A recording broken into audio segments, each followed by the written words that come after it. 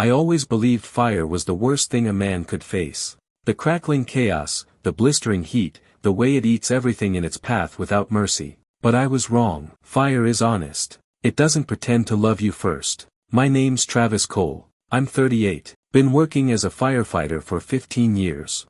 2 medals, 1 torn shoulder, and more burned skin than I care to count. I've dragged people out of infernos, kicked through collapsing beams, and once resuscitated a 6-year-old girl in front of her mother. I know pain. I know pressure. But I wasn't ready for betrayal. Not the kind that looks you in the eye while slicing the floor out from under you. My wife's name is Rachel. Yeah, I guess, though the papers haven't hit the table yet. We met at a community CPR class back in '09. I was helping teach. She was late, flustered, and beautiful in that disheveled way you don't fake. We fell into each other like it was pre-written. She had ambition, wanted to work with troubled teens, and this fire in her that made me believe we could weather anything. I should have noticed the cracks sooner. The late-night texts she brushed off with half-lies. Her sudden obsession with privacy, locking her phone, shutting her laptop when I walked in. She started dressing up for errands, laughing at jokes I didn't hear, smiling at messages I couldn't read.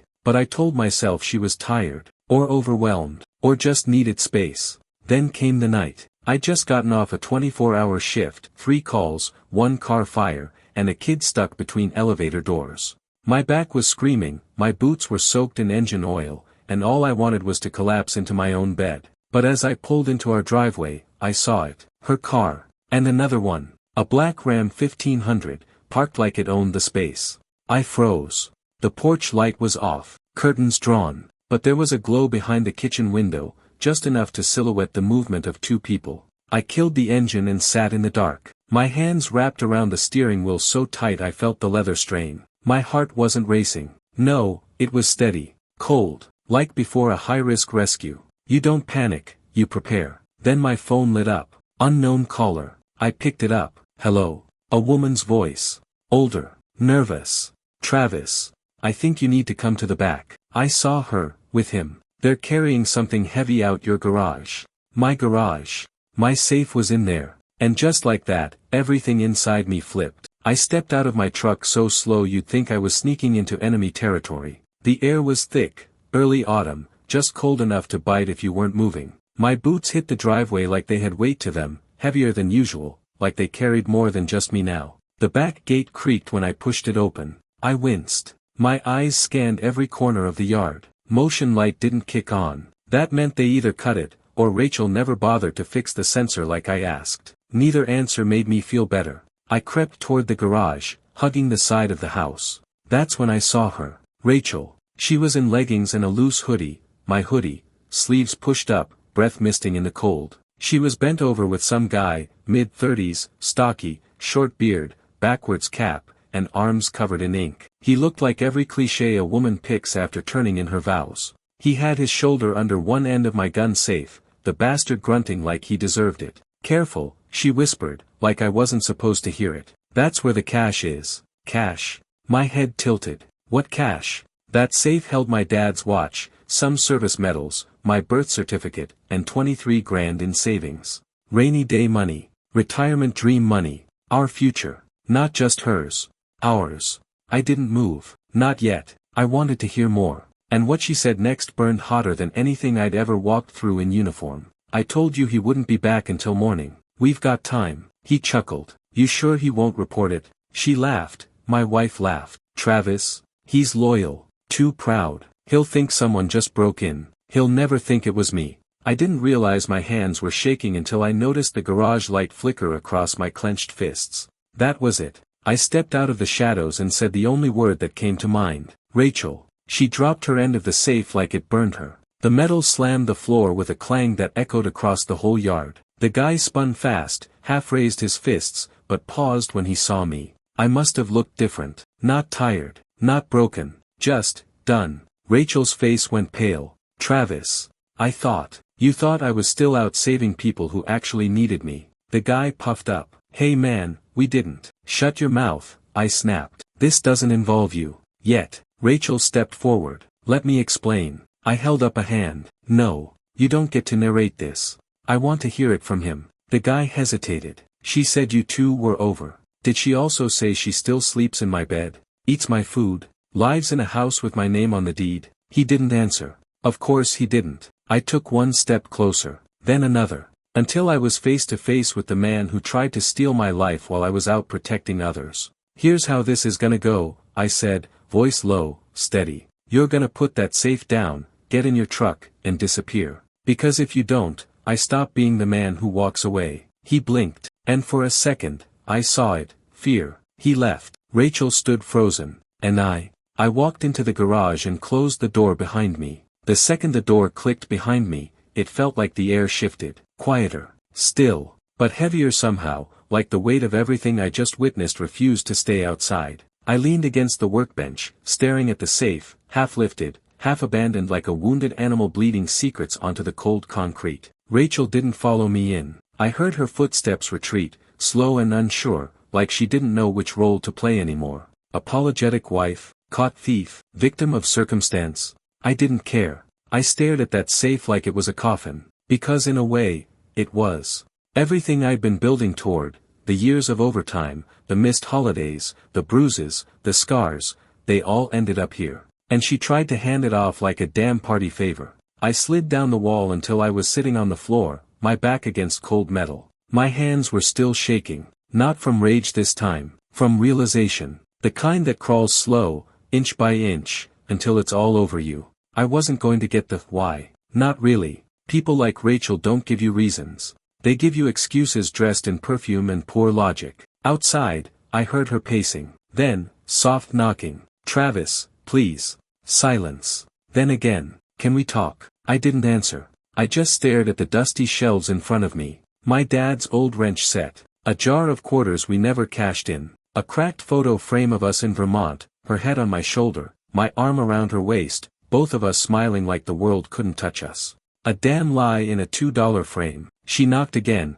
firmer this time. Travis, come on. You're scaring me. Good. Finally, I stood and opened the door. Her face jumped like she thought I might lunge. I didn't. I wasn't angry anymore. That fire had already burned out. What was left now was just smoke. She opened her mouth, but I held up a finger. No speeches. She blinked, but just answer one thing, I said, staring her down. How long? She hesitated, then shrugged. A few months.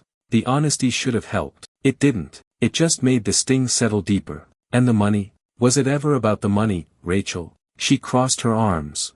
It wasn't about that. I wanted out, but I didn't know how to say it. You were always so solid, so sure. I felt trapped. I let out a humorless chuckle. So you decided to rob me, instead of just leave? I was afraid, she said, suddenly softer. I nodded once. Yeah, you should be. She looked like she wanted to cry, but nothing came out. Maybe she finally understood there was nothing left to save. I stepped around her, went back into the house, and locked the door behind me. And when I looked at my reflection in the hall mirror, I didn't see a husband anymore. I saw a man with nothing to lose.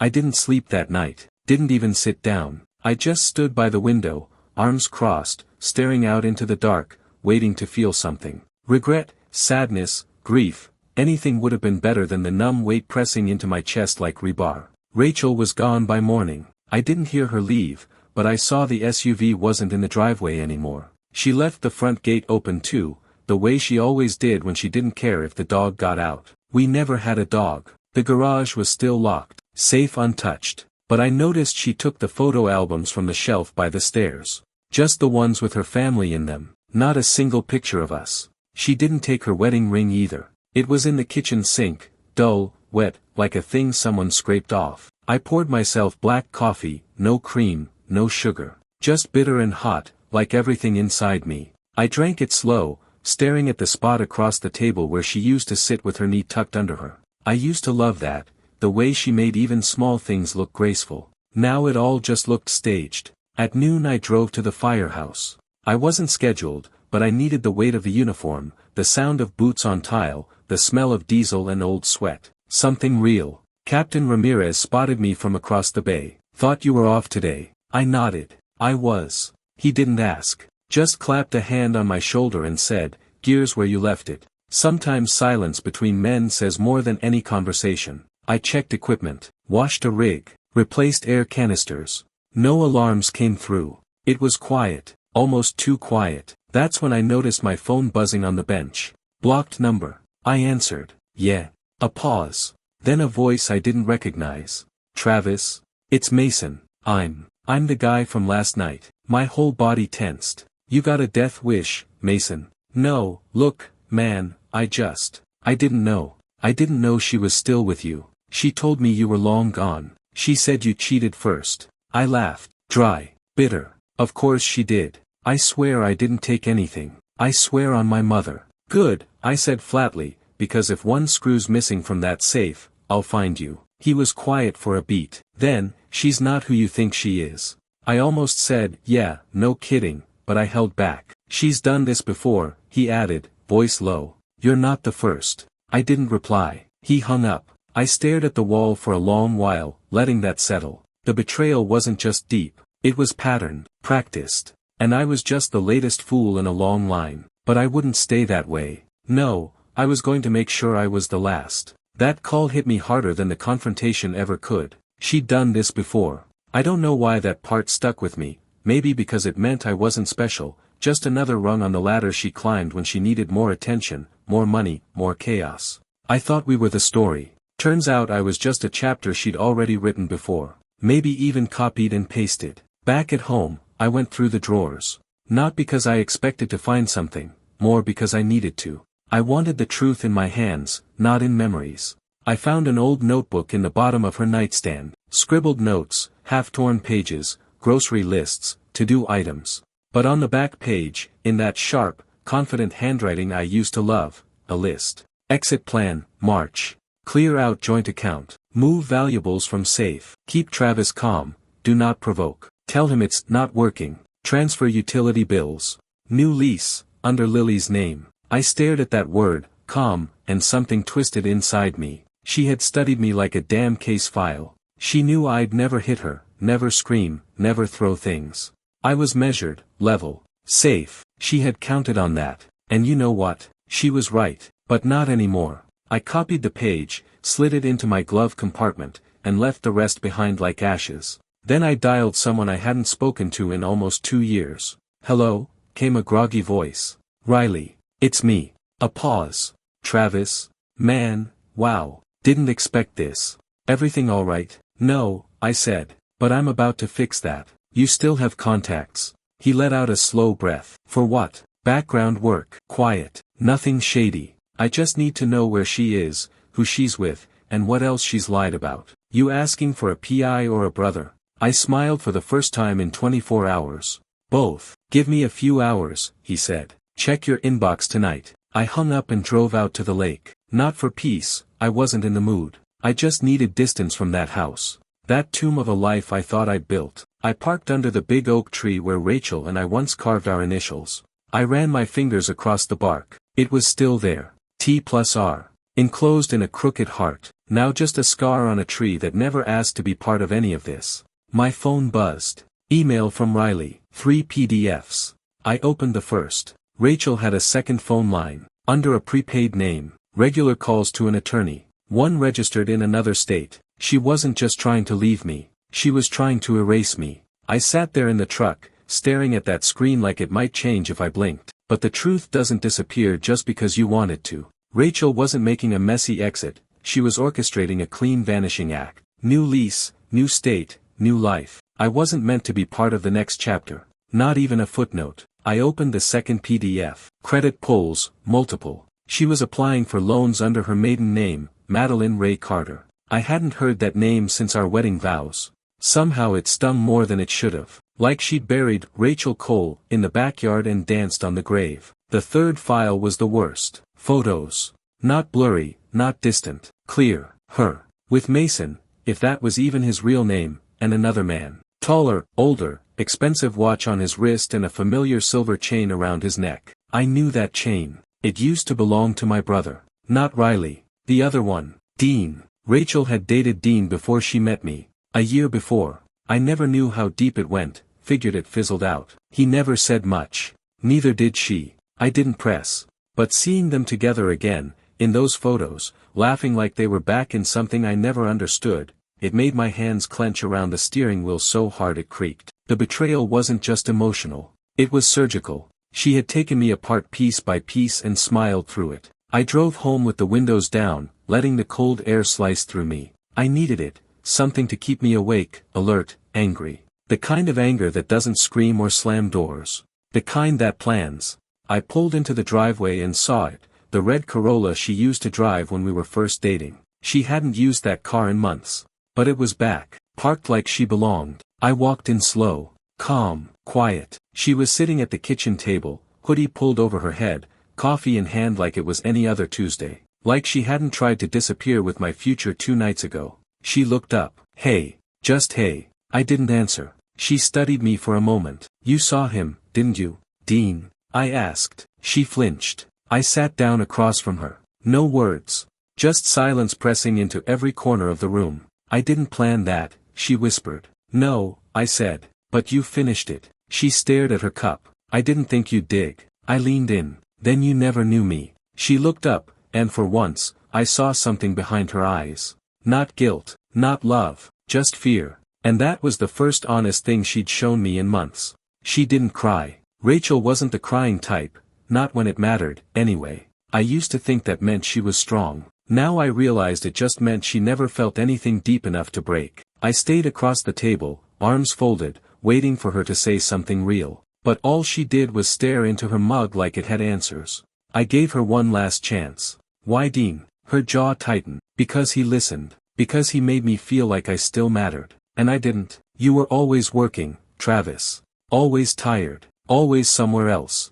I let that hang there. I wanted to laugh, or maybe scream. But I didn't. I just nodded once. So instead of talking to me, you planned a whole exit behind my back. You involved some loser in my garage and tried to move money like I wouldn't notice. I didn't want to hurt you, she said. I laughed at that, loud and sharp. You think this is painless? She looked away. That's when I dropped the folder on the table. Riley's files. Her fake name. The photos. Her calls with the lawyer. I didn't say a word. Just watched her face as she flipped through them. Her hand froze on the picture of her and Dean at the marina. You hired someone. I had to, I said. Because you weren't going to tell me the truth. She looked up, something shifting in her expression. It wasn't shock. It wasn't even anger. It was calculation. What do you want, Travis? And just like that, the game shifted. She knew I had leverage now, and her survival instinct kicked in. She stopped pretending to be the victim and started acting like what she really was, a strategist.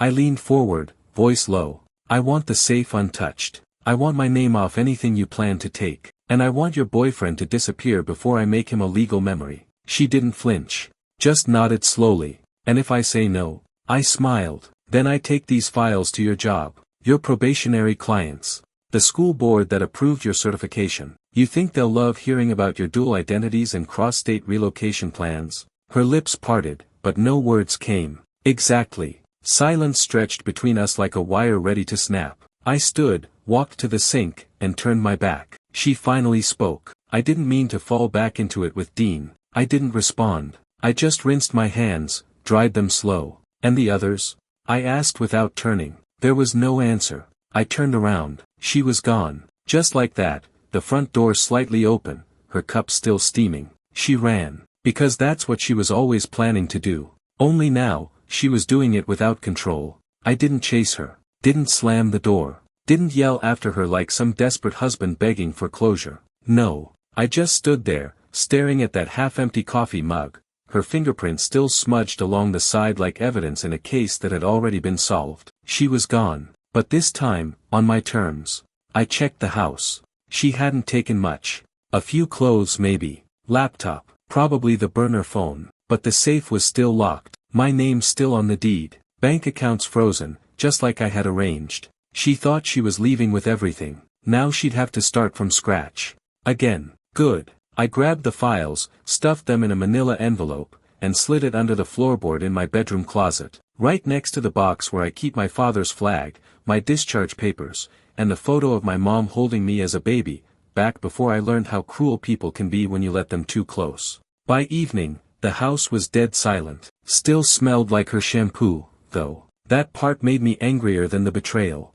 Sense don't know when to leave. My phone buzzed. It was Riley. Need to see you. Alone. I met him at an old diner off Route 12. The kind of place with cracked vinyl booths and pie that's always just a little too warm. He was waiting in the back corner, sipping from a chipped mug, watching the door like a man who'd seen a few too many ambushes in his day. "You were right," he said as I sat down. "About Dean. What about him?" Riley slid a folder across the table. "He's not just a side piece. He's been helping her launder money. Old contacts from their college days. Crypto, dummy accounts, fake business filings. Your name's never on it, but she's been using your address for legit cover." My stomach tightened. "She's been setting you up as the clean image. The stability. All while hiding cash through his accounts." I flipped through the documents. Numbers, usernames, timestamps. It was all there, clear as glass. "She's been planning this longer than I thought," I muttered. "Years, man," Riley said. "She's good at it, too. If you hadn't caught that garage stunt, she probably would have disappeared clean by Christmas." I leaned back, the vinyl groaning beneath me. "So now what?" "That depends," he said. "You want to disappear her legally? Or publicly?" I didn't answer right away. My coffee sat untouched. "Finally," I said, "I want her to feel it. Not just legally. I want her to feel like every step she takes might be the one that finally collapses the lie." Riley smiled slowly. "Then we do it my way." And for the first time in days, I smiled back. Riley's way wasn't loud. It wasn't violent. It was surgical. Precise. A slow bleed out of everything Rachel had built in the shadows. No dramatic confrontations, no headlines, just pressure, applied exactly where it would crack her the most. First, the financial freeze. He flagged the dummy LLCs she used for her laundering schemes, fed the evidence to a quiet contact at the IRS. The wheels would move slow, but they'd move. I wouldn't even need to testify. Just sit back and let the system she tried to use work against her. Next came the job. Riley's guy sent the certified files to her licensing board. Not anonymously. Under my name. I wasn't hiding anymore. If she wanted to play smart, I'd be smarter. She built a reputation on trust, mentorship, rehabilitation, guiding troubled teens. Let's see how that holds when they learn their mentor was running dual identities and siphoning cash across state lines. Then came the final nail. Riley tracked Dean to a rental unit on the outskirts of town, run down, blinds always shut, 2 cars with expired plates. I didn't need to go there, but I did. Just once. I didn't knock, didn't shout. I just parked across the street and waited. After 20 minutes, the door opened. Dean stepped out, hair disheveled, shirt wrinkled, phone in hand. He looked smaller than I remembered. Not just in stature. In presence. He wasn't the cool guy from the photos. He was a man unraveling, bit by bit. Then Rachel stepped out after him. Hair in a messy bun, no makeup, carrying 2 grocery bags that sagged at the bottom. She looked tired. Not in a sleepless way, in a soul-worn kind of way. Like someone who'd been living on the edge too long and finally started to slip. I rolled down my window. Just enough for her to see me. And when she did, she froze. She didn't say anything. Didn't wave. Her eyes met mine, and for the first time since this whole mess began, she didn't have a comeback. Just silence. I gave her a nod. Nothing more. Nothing less. A simple message that said, "You don't win." And then I drove off. Later that night, Riley called. She lawyered up. "Let her," I said. "She's panicking." Pulled out $5,000 in cash, tried to move it to a flagged account. The system blocked it. Good. "And Dean?" Riley asked. He looked like a man who finally figured out he was just a pawn. There was a pause. Then Riley chuckled. "You know, I never liked her." "Neither did I," said. "Not really. I just didn't want to admit it." I hung up and sat in my living room, quiet, alone, but no longer lost. Just a man reclaiming what was his. Piece by piece. No more late-night calls. No more knocks at the door. Just silence, thick and complete. The kind of silence that used to haunt me when she stayed out too long and claimed her phone had died. Only now, that same quiet felt like armor. I started patching the house. The dent in the garage where they dropped the safe, fixed. The loose drawer in the kitchen she always jammed, repaired. I even replaced the welcome mat, the one she bought that said, "Home is where the wine is." That thing never felt like us anyway. Then I changed the locks. Not out of fear, out of finality. Rachel never came back. Not to argue. Not to fight. Not even to grab the few things she left behind. Riley told me she was still scrambling. Her accounts were tied up. Her license under review. Her rental application rejected in 3 counties. Good. I wasn't out for blood. I was out for truth. And now she had to live in it, every inch of the mess she made, with no one to lie to anymore. As for Dean, he'd gone silent too. Riley's last report showed his name dropped from all the documents. Maybe he finally realized being her accomplice wasn't a good retirement plan. Or maybe he ran. Wouldn't be the first coward in this story. One night, around 10, I stood out back, beer in hand, hoodie on, watching the porch light flicker. I should have fixed it, but I didn't. That soft, shaky light felt like a reminder. Not everything needs to be perfect to keep going. I looked up at the stars. First time in months I really saw them. Bright, clear, unbothered. Then a voice broke the silence. Uncle Trav. I turned just in time to see my niece, Ava, running up the path. My sister stood behind her, smiling, 2 coffee cups in hand. Thought we'd crash your Friday, she said. I opened the gate, grinning. You're always welcome. We sat out back for hours. Talking, laughing. Not once did Rachel's name come up. That's how I knew I was healing. She wasn't a scar I needed to scratch anymore. Just a lesson burned deep into the skin, already fading. Before they left, Ava tugged at my sleeve. Uncle Trav, are you okay now? I knelt down, looked her straight in the eyes, and said, yeah, kiddo. I think I finally am. Because the truth is, betrayal doesn't end you. It reveals you. And once the smoke clears, you see what's left standing. Turns out, I still was.